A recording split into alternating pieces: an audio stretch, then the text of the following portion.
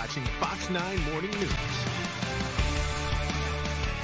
Welcome back. We continue to follow a intense situation, a scary situation in both here, Brooklyn Park, and in Champlin. This is a live look at the Brooklyn Park City Hall where we are hoping officials will give us more information very, very soon.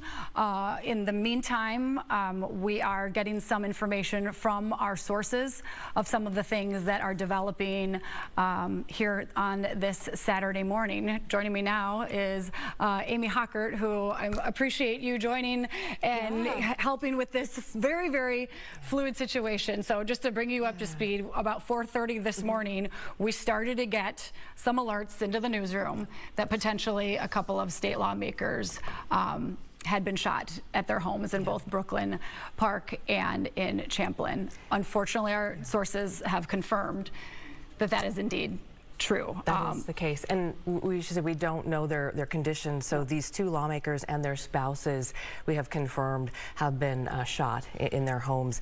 I can kind of run through the kind of bits and pieces that we've been able to confirm through sources. We do expect to hear from law enforcement, I think, shortly. I know the governor's going to be speaking later this morning, and I know City Hall, I believe in Brooklyn Park, is where they're setting up. Correct. Yes. Yeah, so we saw the FBI there.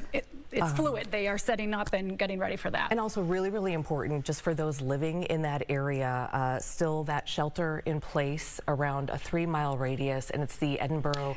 It's the Edinburgh Golf Course, the 3 miles around that. They not only want you to shelter in place, but they've actually added a advance to that initial shelter-in-place alert to don't answer your door unless it's 2 officers, or you are able to call 911 and confirm that those are indeed officers at your door. So this is a very serious situation as they are looking for a suspect in a couple of targeted shootings. So I'll kind of run through what we know here, but it's such an important point, and we'll keep reiterating it. If you know folks who live in that area, you may just want to give them a call and let them know. They may not have alerts on their phones set up, that kind of thing, but really important because there is still one suspect here at large and could be armed.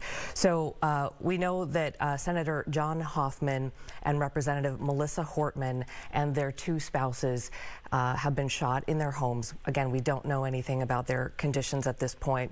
We know that all members of the Minnesota State Legislature have been contacted and told you need to get a hold of the Sergeant at Arms and also your local law enforcement and come up with a safety plan. Because in this case, it appears by the information from our sources that the suspects here were dressed as law enforcement, which takes this just to another level of fear and danger. So here's what else we kind of know through our sources. So at about 2 o'clock this morning, State Senator John Hoffman and his wife were shot in their home. There were 2 suspects who were dressed like police. They left the scene in a vehicle that looked like a police car as well. A short time later, there was an officer-involved shooting in Brooklyn Park. 1 suspect is in custody at this time, and again, there's this active search for the 2nd suspect. The governor obviously is deep in this morning. The State Emergency Operations Center has been activated, and the governor is going to be giving us a briefing here a little bit later this morning. Again, no times on anything. Everyone is just sort of you know, just a fire hose of information that is just coming in, and they obviously have a lot more information, so they are trying to get their arms around all of this. But just some very some shocking developments here overnight into this morning. We did, as you said, we got word a few hours ago that this may have been the case, and unfortunately it looks like that has been confirmed. So we're waiting to hear on conditions of the 2 lawmakers and their spouses. Obviously that's very important, and then the bigger picture to make sure that everyone in that area is safe. So Brooklyn Park, that area. We're continuing to monitor this in real time here. I'll stay here and we'll just come back, and when we have developments, we'll continue to follow it for you. We're hoping for the absolute best case scenario, given the horrific situation that we're facing.